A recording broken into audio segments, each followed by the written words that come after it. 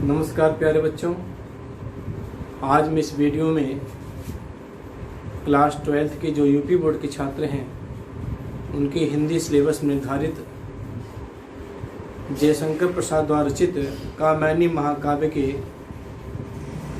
जो तीसरा सर्ग है श्रद्धा सर्ग आपके सिलेबस में रखा गया है। आज मैं श्रद्धा सर्ग के कुछ छंद की व्याख्या इस वीडियो में करूंगा, क्योंकि श्रद्धा सर्ग के पूरी छंद की व्याख्या करना एक वीडियो में मुमकिन नहीं है, क्योंकि वीडियो बड़ा लंबा हो जाएगा और जो भी श्रोता और जो पाठक वर्ग इसे पढ़ेंगे और सुनेंगे तो काफ़ी लंबा वीडियो से उनके अंदर एक निरस्ता की भावना उदय होगी और उनका मन जो है इस वीडियो से हट जाएगा। इसलिए मेरी कोशिश है कि जो श्रद्धा सर्ग आपके सिलेबस में दिया हुआ है उसको मैं 2 भागों में व्याख्या करूंगा। इस वीडियो में जो मैं व्याख्या करूंगा वो है कौन तुम संसद जल में तीर से लेकर के तपन में शीतल मंद बयार, यहाँ तक की व्याख्या मैं करूंगा। मैं आपको जयशंकर प्रसाद के बारे में कुछ बताऊं। जयशंकर प्रसाद का जन्म सन 1889 और कहीं कहीं 1890 में मिलता है। डॉक्टर नगेंद्र ने 1890 उनका जन्म माना है। ये छायावाद के प्रवर्तक कहे जाते हैं। छायावाद के वित्रयी में इनका नाम प्रमुखता से लिया जाता है। वित्रयी में प्रसाद पंत निराला का नाम बड़े सम्मान के साथ लिया जाता है। जयशंकर प्रसाद ने हिंदी गद्य विधाओं में लगभग लेखनी चलाई। इन्होंने कहानियां भी लिखी, उपन्यास लिखे, नाटक लिखे, एकांकी लिखी और इन्हें कविताओं का भी सृजन किया। कहने का प्राय ये है कि प्रसाद की जो कविताएं हैं वो आज भी पाठक वर्ग को अपनी तरफ आकर्षित करती हैं। जहाँ तक कामायनी की बात है, कामायनी एक महाकाव्य है जो सन 1935 ईस्वी में प्रकाशित हुआ। कामायनी में 15 सर्ग हैं। पहला सर्ग चिंता और अंतिम जो सर्ग है वो आनंद है। इसमें आनंदवाद की स्थापना की गई है, प्रतिष्ठित किया गया है। और जो आपके सिलेबस में जो श्रद्धा मनु सर्ग है वो तीसरा सर्ग है कामायनी का, जो आपके सिलेबस में निर्धारित है। जैसे कि मैंने अभी आपको बताया कि मैं श्रद्धा सर्ग की व्याख्या 2 भागों में करूंगा। एक भाग मैंने बता दिया आपको कौन तुम संसद जल तीर से लेकर के तपन में शीतल मंद बयार तक की व्याख्या इसमें करूंगा, और इसकी आगे की व्याख्या जो है नेक्स्ट वीडियो में करूंगा। तो प्यारे बच्चों, जयशंकर प्रसाद ने श्रद्धा सर्ग में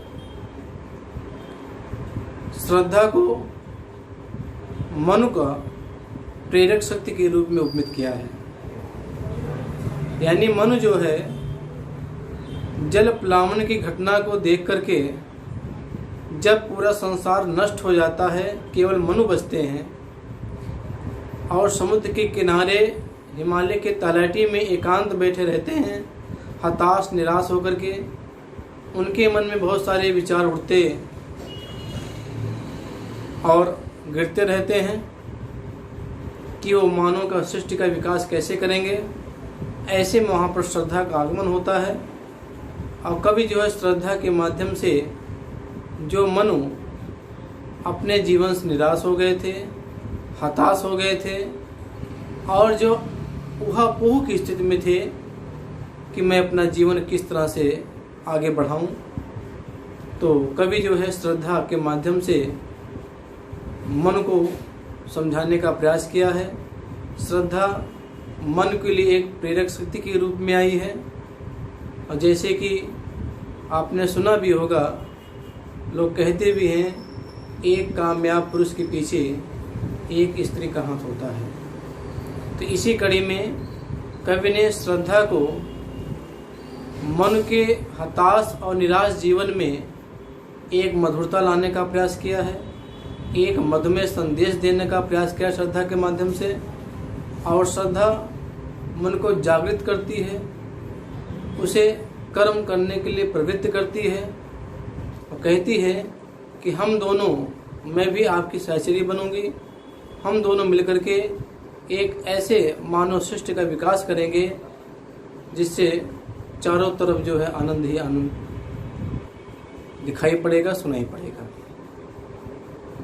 तो इसी घटना को जो शंकर प्रसाद ने कामायनी में लिया है और इसमें जो श्रद्धा सर्ग आपके सिलेबस में है, इसमें श्रद्धा का मन को समझाना और मन के जीवन से निराशा और हताश भावना को दूर करना और मन को सच्चे मन से, प्रसन्न मन से कर्म की तरफ प्रवृत्ति करना, ये इस सर्ग का उद्देश्य है।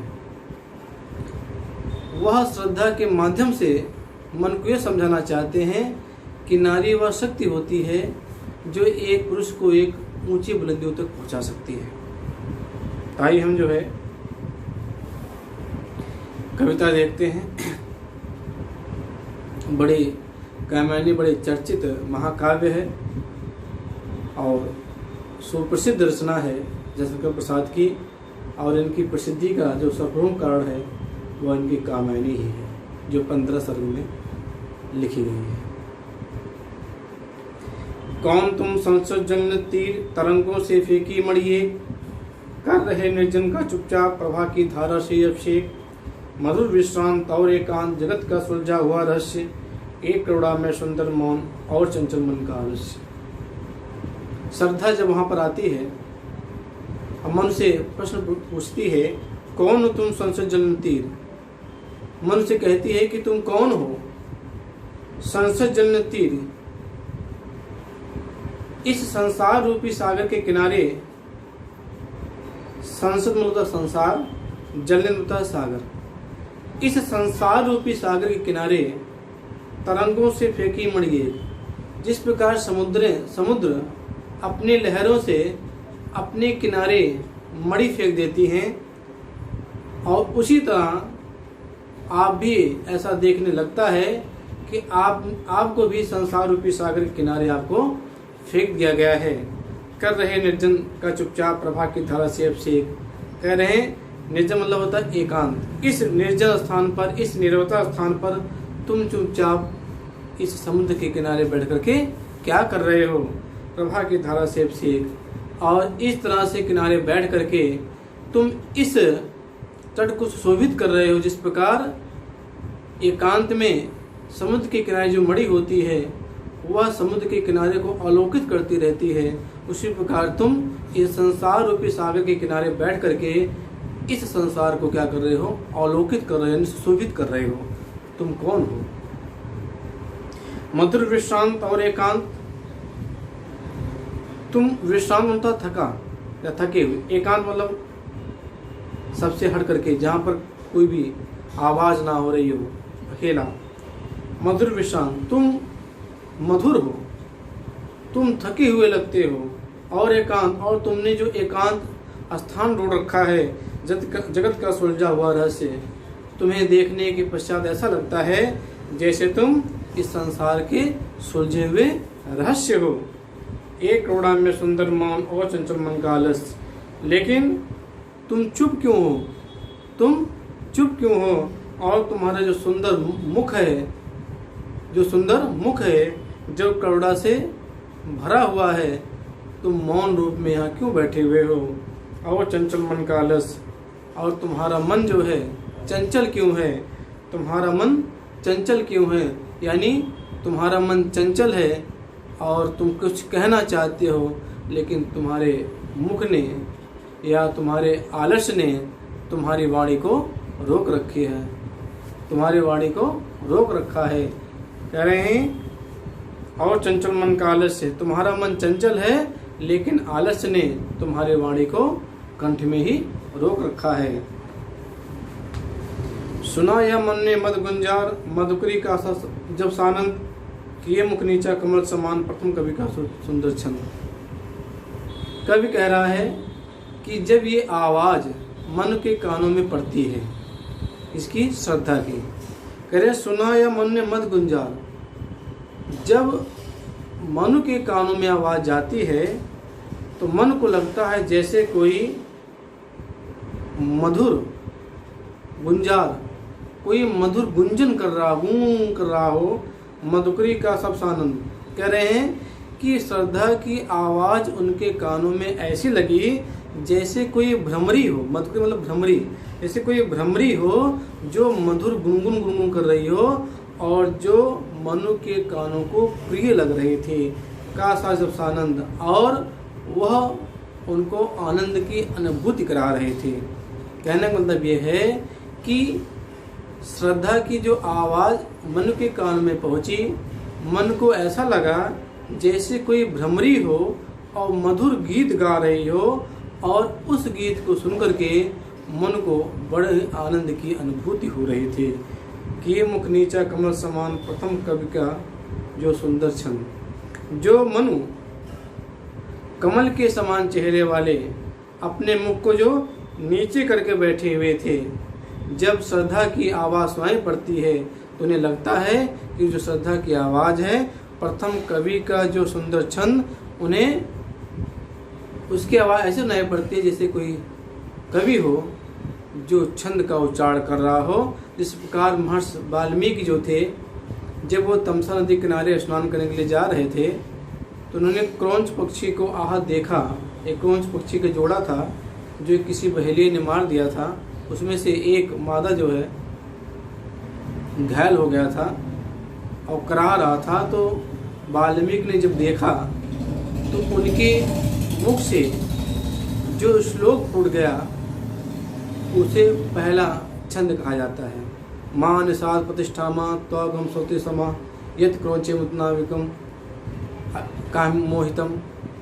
ये वाल्मीकि के मुख से जो छंद पहला निकला था। कब?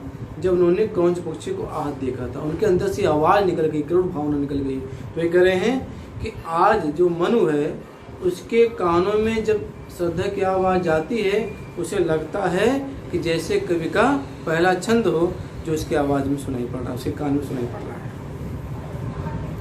एक झटका सा लगा सहर्ष, निखरने लगे लुटे से कौन, गा रहा यह सुंदर संगीत कौतूहल रह न सका फिर मौन।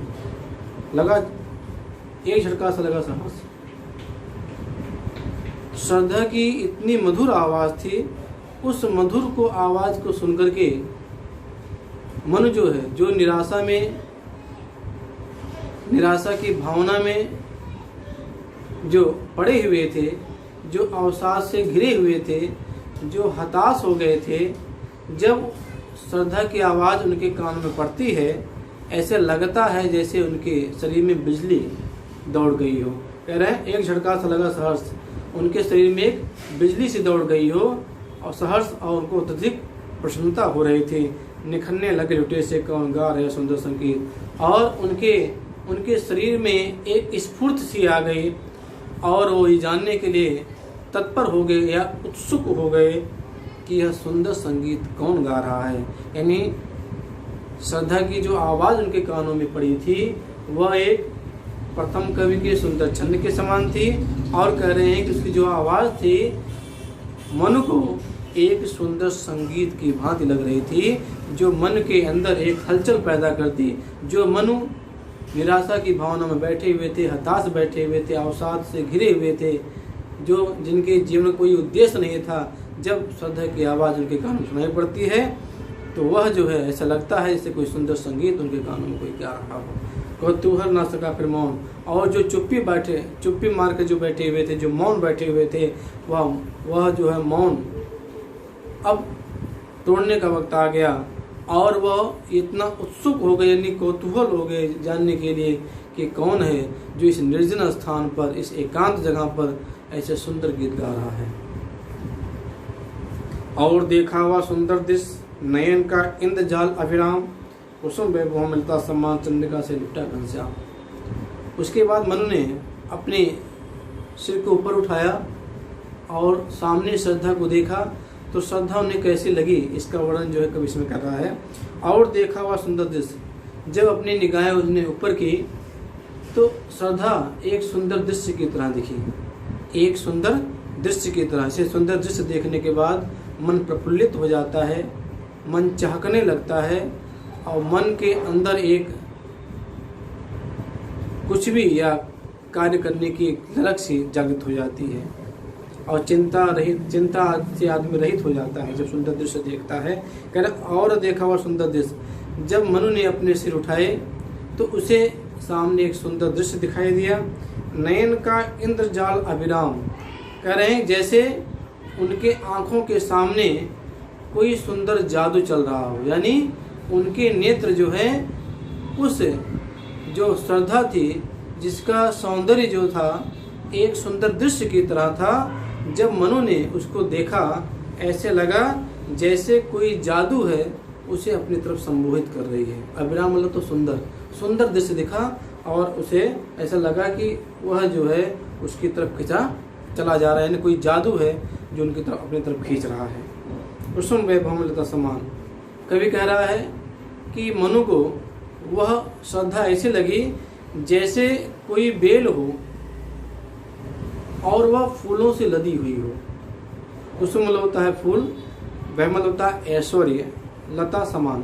कह रहे हैं कि मनु ने जब देखा उसे ऐसा लगा जैसे कोई लता हो और वह फूलों से, बहुत सारे फूलों से लदी हुई हो, ऐसा उसे दिखाई दे रहा था। चंद्रिका से लिपटा घनश्याम, मन को श्रद्धा ऐसी दिख रही थी जैसे कोई शीतल चांदनी रात में कोई बादल का टुकड़ा लिपटा हुआ हो। चांदनी रात में चंद किरणों में कोई बादल का टुकड़ा जो है लिपटा हुआ हो, ऐसी जो है मन को श्रद्धा नजर आ रही थी। हृदय की अनुकृति बाह्य उदार, एक लंबी काया उन्मुक्त, मध्य पवन कीड़ित जो सुसाल, शोभित हो सौरभ संयुक्त। कवि कह रहा है कि जो उसका हृदय था, अनुकृति बाह्य उदार, उसका जो आंतरिक हृदय था और जो बाह्य शरीर था दोनों में समानता थी। जिस तरह से उसका हृदय, जिस तरह से उसका जो शरीर बाह्य शरीर था सुंदर था, आकर्षक था, उसी तरह से उसका जो हृदय था वह भी उदारता से भरा हुआ था। एक लंबी काया उन्मुक्त, और वह एक लंबे शरीर वाली थी, उन्मुक्त, और वह स्वच्छंद थी, यानी उसके शरीर एकदम पूरी तरह से स्वच्छंद थे, खुले थे, चिंता से रहित थे, एकदम उन्मुक्त थे, स्वच्छंद थे। मध्य पवन कीड़ित जो सुसाल, कवि कह रहा है उसका शरीर ऐसा था जैसे मध्य मतलब बसंत, मध्य मतलब बसंत, पवन मतलब वायु, कीड़ित मतलब खेलना, सुसाल ऐसे कह रहे हैं उसका शरीर ऐसा था जैसे कोई छोटा साल का वृक्ष हो। छोटा शिशु मतलब छोटा, शिशु साल मतलब वृक्ष होता है नाम। कह रहे हैं जैसे कोई साल का छोटा सा वृक्ष हो और उस पे वायु जो है, कौन सी वायु? बसंती वायु, बसंत ऋतु की वायु जो है उस छोटे साल के वृक्ष से अटखेलियां कर रहा हो, यानी खेल रहा हो, ऐसा उसका शरीर दिख रहा था। सुशोभित हो सौरभ संयुक्त, और उसके शरीर से भीनी भीनी खुशबू निकल रही थी। सौरभ में होता है सुगंध, सुगंधित हो रही थी, यानी उसके शरीर से भीनी भीनी खुशबू निकल रही थी जो पूरे वातावरण को सुगंधमय की हुई थी। मिश्र गंधार देश के नील, रोम वाले मेषों के चल, ढक रहे थे उसका बबकांत, बना रहा था कोमल वर्ण। कह रहे हैं मिश्र मतलब होता है चिकना मुलायम, गंधार देश के नील, रोम वाले मेषों के चल, नील मतलब नीला, रोम मतलब होता है रोमा, मेष मतलब होता है भीड़, चल मतलब चमड़ा। कह रहे हैं कि गांधार देश में पाए जाने वाले जो नीले रोए वाले जो भेड़ होते हैं, उन भेड़ों की खाल से बना हुआ जो कपड़ा था वह बड़ा चिकना और मुलायम था, जो श्रद्धा ने अपने शरीर पर पहन रखा था। कैसा? मिश्र गांधार देश के नील, यानी गांधार देश में पाए जाने वाले नीले रंग के रोए वाले भेड़ों की छाल से, चमड़े से जो चिकना मुलायम वस्त्र बना हुआ था, वह जो है श्रद्धा ने पहन रखा था। ढक रहे थे उसका वपकांत। वपकांत मतलब होता है सुंदर शरीर। उस नीले भेड़ के रोम वाले जो चमड़े वाले रोए थे, उनके श्रद्धा के शरीर पर, उसके सुंदर शरीर को ढक रहे थे। उसका उपकांत उसके सुंदर शरीर को क्या कर रहे थे? ढक रहे थे। बन रहा था कोमल वर्म, और वह जो नीला कपड़ा था वह उसके सुकुमार शरीर पर कवच की तरह दिखाई दे रहे थे। वर्म होता है कवच। कह रहे हैं बना रहा था कोमल वर्म, वह जो अपने सुंदर शरीर पर उसने जो नीले रंग के भेड़ वाले जो रोए वाले हैं, उसकी छाल अपने शरीर पर पहन रखी थी, और वह छाल जो है उसके सुंदर शरीर पर कवच की तरह दिखाई दे रहे थे, यानी उसकी सुरक्षा कर रहे थे। नील परिधान बीज सुकुमार, खुल रहा मृदुल अधखुला अंग, खिला हो जो बिजली का फूल मेघवन बीज गुलाबी रंग। ये बहुत ही महत्वपूर्ण पंक्ति है। नील परिधान बीज सुकुमार, नील मतलब होता है नीला रंग, परिधान मतलब वस्त्र, बीज सुकुमार यानी नीले वस्त्र के बीच में जो उसने नीला वस्त्र पहन रखा था, बीच सुकुमार, खुल रहा मृदुल अधखुला अंग। मृदुल मतलब कोमल, अधखुला मतलब आधा खुला हुआ, अंग मतलब होता है शरीर के अंग की बात हो रही है। कह रहे हैं कि उसने जो नीला वस्त्र पहन रखा था, उस नीले वस्त्र में उसका जो अत्यंत सुकुमार कोमल अंग था वो आधा खुला हुआ दिखाई दे रहा था, और वह ऐसे दिखाई दे रहा था जैसे खिला हो जो बिजली का फूल मेघवन बीच गुलाबी रंग। कवि कह रहा है कि उस नीले कपड़ों में अत्यंत सुकुमार उसका जो कोमल अंग था वो ऐसा दिख रहा था जैसे मेघ रूपी वन में, समझिएगा, बादल रूपी जंगल में बिजली का कोई फूल खिल गया हो, बिजली का कोई गुलाबी रंग का फूल खिल गया हो, ऐसा दिखाई दे रहा था। जैसे जंगल में फूल खिलते हैं, यहाँ पर कवि ने मेघ रूपी जंगल में बिजली का गुलाबी रंग का फूल खिला रखा है, ऐसा लग रहा था। ओ हुआ मुख पश्चिम के व्योम, बीज जब गिरते हों घनश्याम, अरुण मंडल उनको भेद दिखाई देता हो छविधाम। कह रहे ओ अमुख, कह रहे उसका जो मुखड़ा था पश्चिम के व्योम, पश्चिम के आकाश में, पश्चिम मतलब पश्चिम दिशा, व्योम मतलब आकाश, बीज जब गिरते हों घनश्याम। कह रहे हैं कि उसका जो मुखड़े की जो आभा थी वह इस तरह से थी जैसे पश्चिम दिशा में जब सूर्य आसमान में जब अस्त होता रहता है, पश्चिम दिशा के आकाश में जब सूर्य अस्त होता रहता है, उस अस्त होते हुए कह रहे हैं कि जब घिरते हों घनश्याम, जब बादल जो है, बादल वहाँ पर घेर रखे हों, यानी सूर्य को बादल घेर रखे हों, अरुण मंडल उसको भेद, जब सूर्य जो है उस बादल के टुकड़े को चीरता हुआ जब बाहर निकलता है, तो उस समय सूर्य जैसा दिखाई देता है, उसकी आभा जैसे दिखाई देती है, वैसे ही उसका सुंदर मुखड़ा दिखाई दे रहा था। फिर समझिए, ओ हुआ मुख पश्चिम के व्योम, बीज जब घिरते हों घनश्याम, अरुण मंडल उनको भेद दिखाई देता हो छविधाम। कवि कह रहा है उसके काले काले बालों के बीच में उसका मुखड़ा ठीक वैसे दिख रहा था जैसे पश्चिम दिशा में जब सूर्य अस्त हो रहा हो और सूर्य की तरफ चारों तरफ बादल घिरे हों, और बादलों को चीरता हुआ जब सूर्य दिखाई देता है, तो उस समय जो सूर्य की आभा होती है, जो छवि होती है, जो सुंदरता होती है, वही सुंदरता इस समय श्रद्धा के मुख की थी। आगे देखिए, घिर रहे थे घुंघराले बाल, अंश अवलंबित मुख के पास, नील घन सावक से सुकुमार सुधा बनने को विद को प्यास। कह रहे हैं यहाँ पर जो है कवि जो है श्रद्धा की सुंदरता का वर्णन जो है करता चला आ रहा है। मन केवल देख ही रहा है अभी, जैसे जब अपने चेहरे को ऊपर उठाया तो उसे क्या क्या नजर आ रहा है, तो कवि ने पंक्तिबद्ध किया है। गिर रहे थे घुंघराले बाल, कवि कह रहा है उसके सिर के ऊपर घुंघराले बाल, अंश अवलंबित मुख के पास, अंश मतलब कंधा, उसके जो घुंघराले बाल थे वे कंधे तक लटके हुए थे। यहाँ कंधे तक उसके घुंघराले बाल लटके हुए थे मुख के पास, और मुख के पास आए थे, यानी उसके बाल जो हैं ऐसे मुख से होते हुए यहाँ कंधे तक लटके हुए थे। कह रहे नील घन श्यावक से सुकमा सुधा बनने को प्रयास, कह रहे हैं उसके घुंघराले बाल उसके चंद्रमा जैसे मुखड़े पर ऐसे लग रहे थे जैसे कोई घन मतलब होता है बादल, साग मतलब होता है बच्चे, जैसे कोई बादल के छोटे बच्चे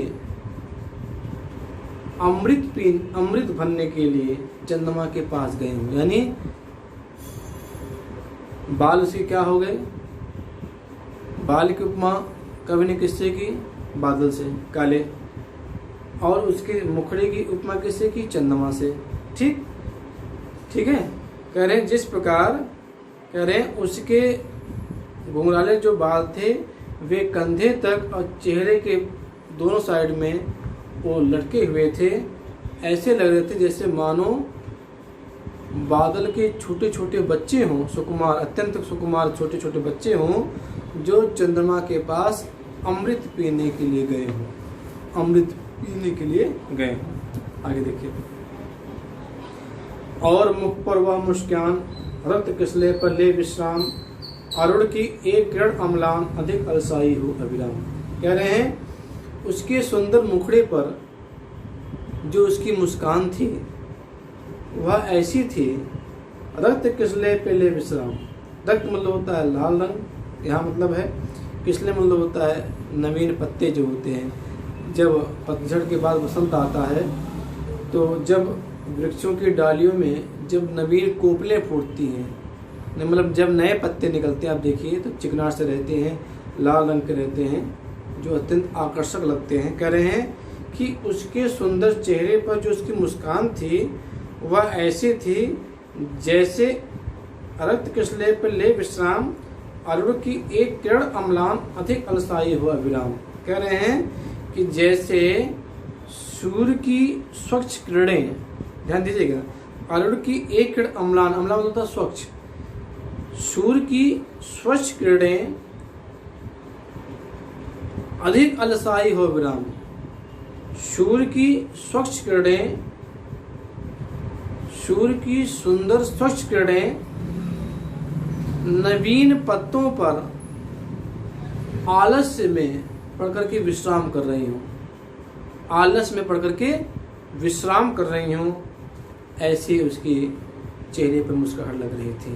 यानी उसके चेहरे पर मुस्कुराहट ऐसे लग रही थी जैसे सूर्य की सुंदर स्वच्छ किरणें वृक्षों में जो नए पत्ते निकल रहे हैं उन पत्ते पर सूर्य की किरणें जो हैं ठहर कर कुछ क्षण के लिए विश्राम कर रही थी, ऐसी ही उसके मुख पर मुस्कुराहट लग रही थी। आगे देखिए। अब मनु जवाब देता है, कहा मन ने नवधरणी बीच, बना जीवन रहस्य निरुपाय, एक लुका सा जलता भ्रांत सुन में फिरता हूँ असहाय। मनु श्रद्धा से कहता है कि कहा मन ने, मन कहता है नवधरणी बीच, मैं जो है आकाश और धरती के बीच में, नव मतलब आकाश, धरती मतलब धरती, मैं आकाश और धरती के बीच में बना जीवन रहस्य निरुपाय, मेरा जीवन जो है वह रहस्यमय बना हुआ है जिसका कोई उपाय नहीं मिल रहा है।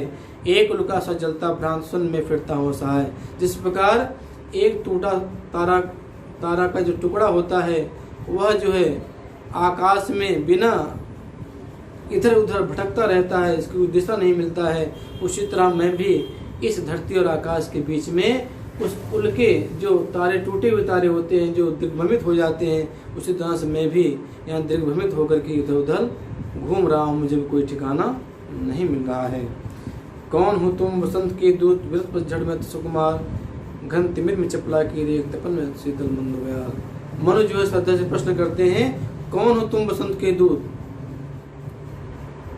तुम कौन हो जो मेरे जीवन में वसंत के दूत बनकर आए हो। यानी मेरा जीवन जो था वो पतझड़ के समान था, इसमें निरस्ता थी, और तुम मेरे जीवन में आकर के मेरा जीवन सरस कर दिया, रसमय बना दिया। हे वसंत के दूत तुम कौन हो। व्यर्थ पतझड़ में सुकुमार, जो मेरा जीवन पतझड़ के समान था और तुमने इस पतझड़ जीवन में सरसता ला दी, तुम कौन हो। घन तिमिर चपला की रेख, तपन में शीतल मंद बयार। जिस प्रकार घने अंधकार में बादल छाए हों और घना अंधकार हो और उसमें एकाएक बिजली चमक जाती है और वह एक आशा किरणें बिखेर देती है, उसी प्रकार तुम भी मेरे जीवन में आकर के, जो मेरा जीवन निराशा से भरा हुआ था, तुम एक बिजली की चमक की तरह आई और मेरे अंदर एक आशा का संचार कर दिया। तुम कौन हो। तपन में शीतल मंद बयार, मैं अपने दुखों से, अपनी यातनाओं से मैं तप रहा था, दुख को तड़प रहा था, झेल रहा था, मैं बहुत पीड़ित था, और तुम इस तपते हुए जीवन में एक शीतल वायु बनकर के आई हो। यानी मेरी जो अंदर जीवन के जो दुख थे, जो पीड़ा थी, तुमने एक झटके में दूर कर दिया अपनी सुंदर आवाज से। तुम कौन हो, मैं जानना चाहता हूँ। इस वीडियो में बस इतना ही। जैसे कि मैंने आपको बताया था कि मैं इस वीडियो में कौन तुम संस्कृत जल तीर से लेकर के तपन में शीतल मंद बयार की व्याख्या इस वीडियो में करूँगा। और इसकी जो नेक्स्ट वीडियो आएगा वो आएगा, लगा कहने आगंतुक व्यक्ति मिटाता उत्कंठा सा विशेष, दे रहा कोकिल सुमन का जो मधुमेह संदेश लेकर के जो लास्ट पंक्ति है इसकी, वहाँ तक हम लोग पढ़ेंगे। शक्ति के विद्युत कर जो व्यस्त, विकल विखरे होने उपाय, समन्वय उसका करे समस्त, विजयी मानवता हो जाए। यहाँ तक हम लोग दूसरे वीडियो में पढ़ेंगे। तो प्यारे बच्चों, मुझे उम्मीद है कि यह वीडियो आपको जरूर पसंद आएगा, आपको व्याख्या जरूर समझ में आएगी। मैंने भरपूर कोशिश की है कि आपको अत्यंत सरल भाषा में व्याख्या बताने की, और आपको पसंद भी आएगी। अगर पसंद आए तो लाइक करना बिल्कुल ना भूलें। अगर अभी तक आपने मेरे चैनल को सब्सक्राइब नहीं किया है तो सब्सक्राइब करें, और इसी तरह से नए नए वीडियो का आनंद उठाते रहें। आज के लिए बस इतना ही। मैं जल्द ही एक नई वीडियो के साथ उपस्थित होता हूँ। तब तक के लिए आप सभी का धन्यवाद।